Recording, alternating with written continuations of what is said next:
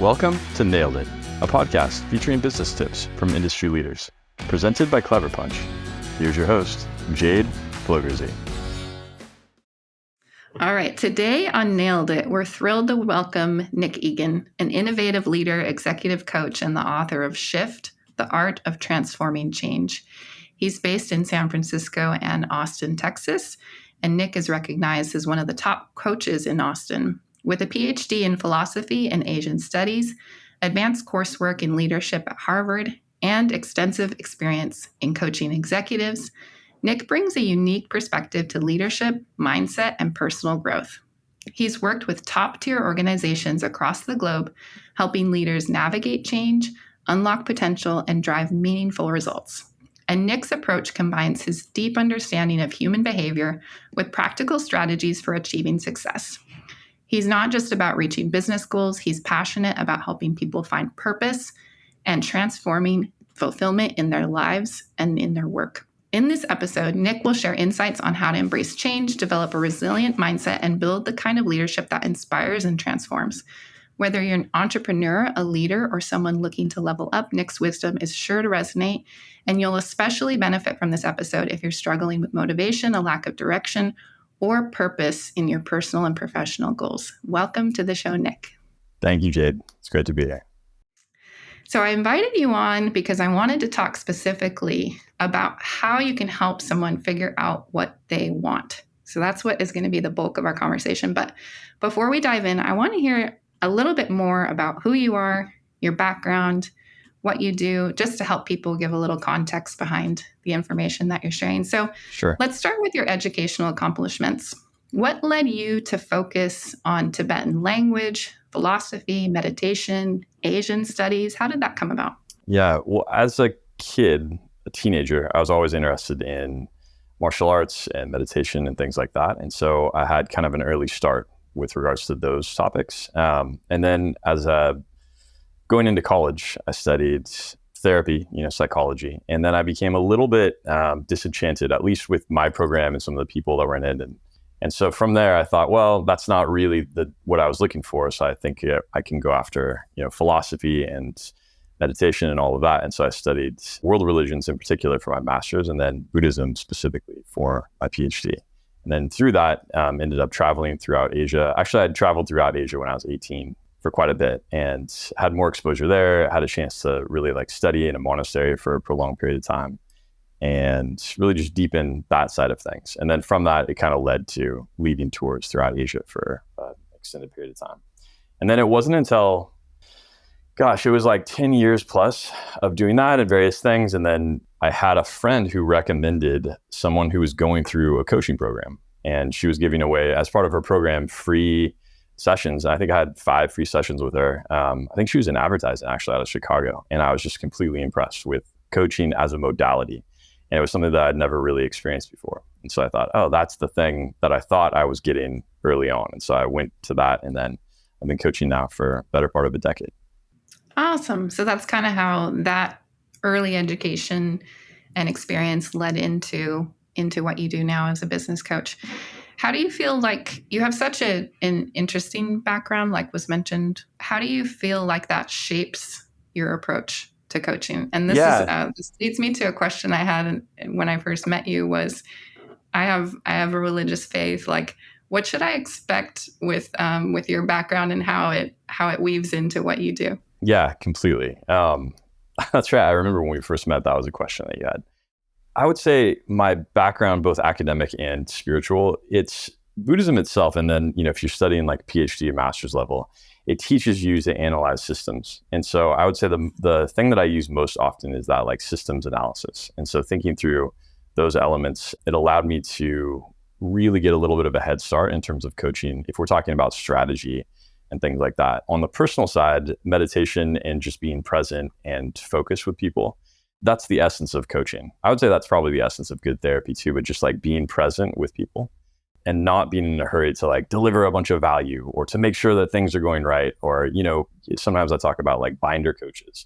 Nothing wrong with that. Nothing wrong with having a program, but it's very different sitting with somebody and allowing them to unfold their desires and their needs and their dreams and all of that, as opposed to like, I have a program that I'm going to put you through. That can work too. And sometimes we need both, but that tends to shape how I approach coaching in general. That also makes sense that you would be able to help people from so many different backgrounds and so many different challenges, is because as long as you're there and you're present with them, you can help them work through what their goals are. Yeah, pure coaching, really the solution is coming from the client, right? And so like I think of myself as just a mirror. Like I'm present, I'm holding the space, and there are times when I add some input. You know, some of my mentors are really clear. They're like, look, if you have a solution for people, give them the solution, don't hold it back. And I think a lot of new coaches maybe are reluctant to do that because they're trying to adhere to the method. So it's a fine balance between the two. All right, let's get more into the meat of our discussion today about how to help people figure out what they want, how to help people unlock what their purpose is, what their goals are, what's the bigger picture behind their business goals, you know. And a lot of people are so familiar with start with why is kind of a concept, of a book behind that idea. Yeah. I want to talk first about why it matters. You've worked with high performers and leaders. Do you find that purpose plays a significant role in their success? I do think that purpose plays a significant role. I think even maybe more important than that is the mindset that they're bringing to the purpose. And so purpose is really important, but you need to know even the dream behind the dream. So oftentimes people will say, well, I just want to help people, or, oh, I just want to be successful, or, oh, I finally want time. And it's like, okay, well, what happens when you have those things? You know, let's imagine that you're successful, you've got millions of dollars and a whole bunch of time. Like what are you going to do then? And so figuring out that the dream behind the dream is really crucial. And one of the easiest ways that we can do it is just think about your attainment of those things, whatever that thing is.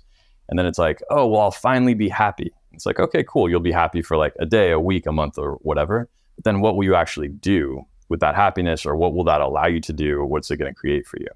And then once you can get that dream behind the dream, usually there's like some pretty cool themes that go along with it, right? You'll find passions, interests, a deeper sense of why and fulfillment. And oftentimes one of my jobs is to help people actualize that in the moment.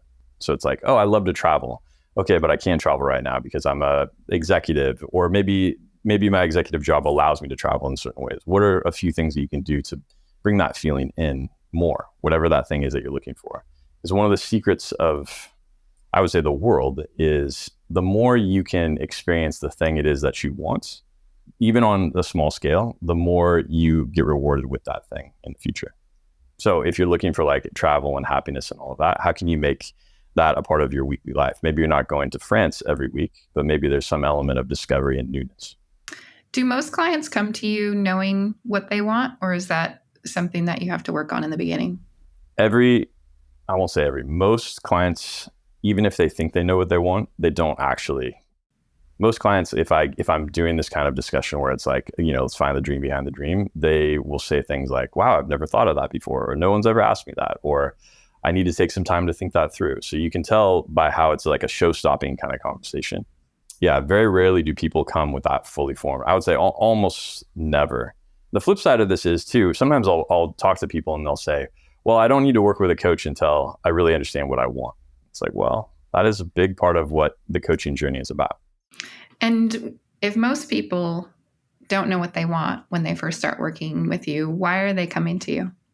Usually it's either they're trying to optimize in some way, or there's a problem that's painful in some way. And those two things are kind of two sides of the same coin. And so usually they are trying to grow in some capacity. It could be leadership, it could be their actual business, or there's like something is going wrong. Like they're too stressed, there's not enough time. They see like they're going to go off the cliff pretty soon. Or maybe the business isn't working, or maybe like a leadership difficulty, things like that. Why wouldn't it work to just start working on their problems? Why is this such an important factor for you with the clients and how you help people? Why is it so important to first figure this part out with the people that you work with? Sometimes that is the case. Sometimes if it's a real serious situation, right? Like if somebody's been shot with an arrow, like the first thing I'm going to do is like get out the arrow, and then we can work on these things aside from that. But usually that's not the case. So if we're doing like real triage, then you have to you do need to do that and go right into it. So there are times when I'll jump in and we'll analyze like sales processes, or if it's on the leadership side, like, okay, you're going to have a difficult conversation with somebody, how are we going to approach that? As opposed to like these deeper elements, like what do you really want to be as a leader? What do you want the impact to be in the world?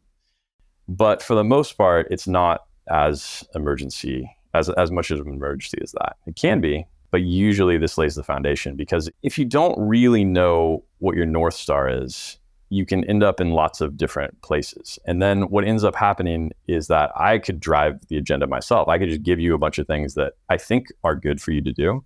But in my world, that's not as good as giving you what you really need. And to know what you really need and what you really want, we have to get to the bottom of the dream behind the dream. So a client comes to you and they are lacking purpose. They don't know what they want, big picture. Maybe they have some business goals that are right in front of them and that are clear, but they're really struggling with the bigger picture, the dream behind the dream.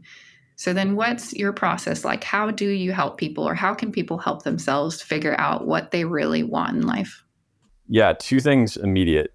Imagine a best case scenario, and then think about what you would do once that best case scenario is actualized. So that means like a month, 3 months, a year after that, right? Once all the newness of that. The other side, and sometimes I use this to start off with, because sometimes people have a hard time allowing themselves to dream in the positive, but everybody has a pretty easy time knowing what they don't want.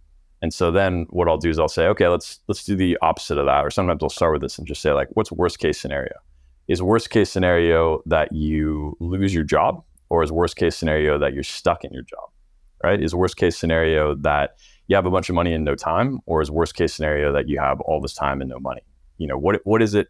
What are sometimes coaches talk about like your core values. I don't like that terminology, even though I do a lot of that work, because core values tends to mean like a moral approach. It just means your priorities and interests, right? The things that really light you up. Like one of my core values is like travel and adventure, right? That's a thing that I really, really like. It's not like a moral thing. So what I would suggest to somebody listening is start with either the best case scenario and then ask like a then what. And if that's challenging, or maybe in addition to, start with like a worst case scenario and think about, what are the things that make you feel trapped and horrible and all of that. And then you can work from there. Like it's just simple, like designing backwards, like what do you need to do from there. Is this typically a conversation that you have? Do you do exercises? Are there tools that you like using to help unlock this potential in people? My style is very, very conversational. There are tools that you can use, and you can have people do, like if you look up, core value lists, that's one way to get to this. Start with why. That book has some elements of this for sure. I personally tend to think conversations are the most fruitful and the fastest. Even if it takes, 3 conversations, we're going to get there, right? But that's very much dependent on my style. Like I like that.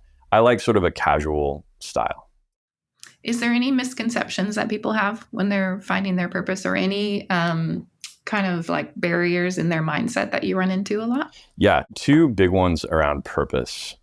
One is that oftentimes people have a purpose that's just been given to them, right? They think like, I need to be a good person, whatever that means, right? And I'm not saying don't be a good person, but that's not really the thing that's like the most lighting you up, right? So they have these outside ideas coming from school or parents or whatever, oftentimes parents like, go be a doctor. It's like, well, do you really want to be a doctor? And it doesn't mean you can't become a doctor in a way that's most fulfilling to you, but it's thinking about externals versus like what's really inside of you. So that's number one, is like not having external influence that kind of blinds you to what really lights you up. And then the other piece is not having the confidence or the faith. Confidence is maybe a better word here, that the thing that does most light you up, the thing that brings you the most joy, is sort of the thing that you are supposed to be doing. Like there's a really cool, almost like mystical alignment to that. Like as you get closer to the things that more light you up, the world rewards you in capacity in direct connection with that, if that makes sense. So those are 2 misconceptions. I would say the other piece on purpose is people think it has to be super grand, and it doesn't have to be super grand. It can just be like, look, I love adventure and travel. Let's like explore that as a purpose, right? So yeah. How often is your client's purpose also their career? do you encourage clients for those things to be separate, or is it often that they're one and the same? As much as possible, you want to integrate elements of that purpose. It doesn't mean you always can.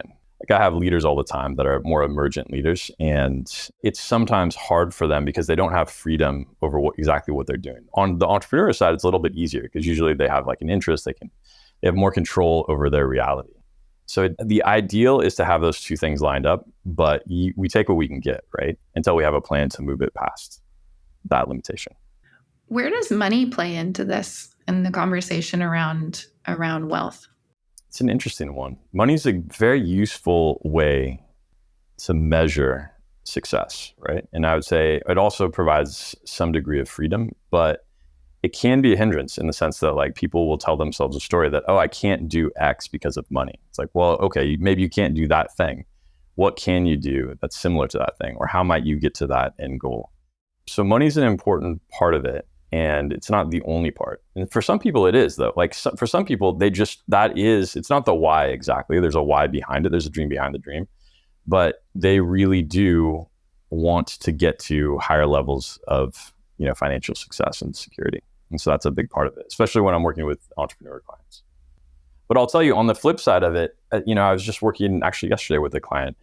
He's a high-level executive at a Fortune 500 company. And some of his money stuff was actually it comes from a sense of like lack or scarcity. And so what some of the work that we do is like, look, you actually have enough money right now. It's just, there's like the difference between 15 million and 25 million is like negligible for your own well-being.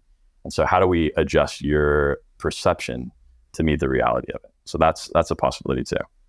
Do you have you had experiences with clients where they come to you one way with their mindset, with lacking clarity, lacking purpose? And then what are some examples that you've seen in transforming people? I would say almost always, with a few exceptions. Like if there are sometimes I get clients that it's like, I just want to become a tactically better leader. And that's okay too, right? But usually there's some level of internal transformation even with that. Like we're not doing a whole life kind of transformation or a whole business transformation.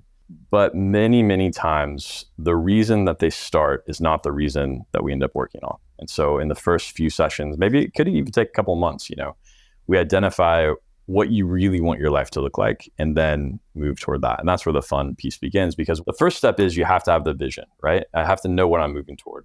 Then the second step is I have to have some kind of path to get there. And then inevitably, that's when you start bumping into the mindset issues, right? It's like, oh, am I good enough? Am I doing the right thing? Like, how should I handle this? How do I manage stress? Like all of that kind of thing. And that's where the mindset piece comes in. So ultimately, everything that I do is a mindset game. But in the beginning, you have to have vision and strategy first. Do you have many people that come in and set the bar too low?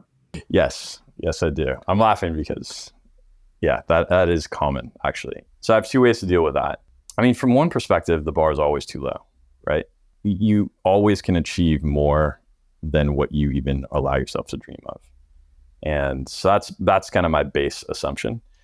And so my job is to meet you where you are, to clearly identify that as like the ceiling, and then help you get to that. And then along the way, push you to go even farther. Right. And then so you're constantly reevaluating, like, what do you want? What's the ceiling? And so, yeah, does that answer? So when you coach clients, do you just focus on the financial aspect or the career aspect, or are you looking at everything? Mental health, passions, family? Sometimes clients will be really hyper-focused on one area of their life because that's the area that they feel like they need to make the most progress in. Usually, well, always, the first conversation that I have with clients is around coaching the whole person. And it doesn't do us any good if one area of your life is going really well and everything else is falling apart.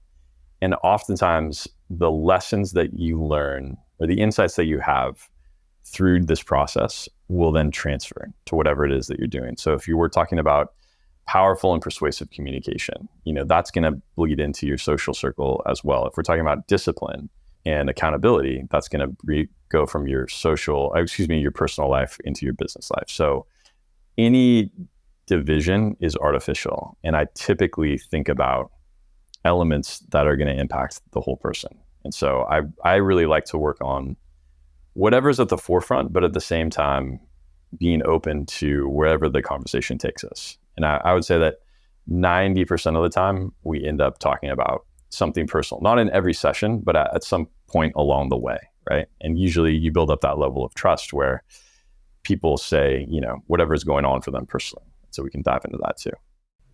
Awesome. Before we wrap up, I have some rapid fire questions for you. Let's do it. You ready? Yep. Coffee or tea? Jade, it's tea. What's a must-do in your morning routine? A little bit of prayer or meditation. What are your top 3 favorite business-related books? Essentialism, number 1. I really like Atomic Habits, number 2. And then maybe The Big Leap by Hendricks. Nice. Biggest mistake you see business owners make? This is going to sound really weird. Working too hard. They work too hard. Yeah. That's awesome. What do you think is the best restaurant in Austin? Terry Black's Barbecue. What's the favorite place that you've traveled to? Nepal, probably. What's the biggest career mistake you've made? Not making leaps sooner. What's the biggest change you've made in your approach with coaching? Trusting the client's wisdom and the process. Are you a ninja? Yes. What do you think of the voice actor on our opening trailer for this podcast? He's got the most sultry and inspirational voice I've ever heard in my life. Thank you so much for being here. This is such a great conversation. I hope people find it inspiring and kind of get 2 steps ahead with working on their career and their goals and realizing that before they dig into that piece that they have to figure out what they want in order to get there. If someone would like to talk with you more specifically about their business, their career goals, what's the best way to contact you? Yeah, well, thank you for having me on. It's been a real pleasure. And I'm really excited for this podcast. I think it's going to be great, or will continue to be great. And best way to contact me, my personal website is Nick Egan, PhD, NickEgan, PhD.com. You can submit a form there. I see everything that comes through. I'm on LinkedIn a lot, so you can just contact me on messaging on LinkedIn. And then if you're looking for more of a corporate type of solution, if it's like group coaching or speaking or things like that, trainings, then it's shiftleadership.group. So any of those will work. Awesome. Thanks so much. Yeah, thank you. Thank you for listening to this episode of Nailed It, business tips from industry leaders, brought to you by Clever Punch. Nailed It is all about connecting with people, building relationships, and helping each other. If you're interested in connecting with any of the guests on our episodes, you can find their contact info in our show notes or on the podcast page at cleverpunchco.com. You can also email info@cleverpunchco.com with any questions or feedback. I'm your host, Jade Flogerzi. Thank you for tuning in. We'll see you next time.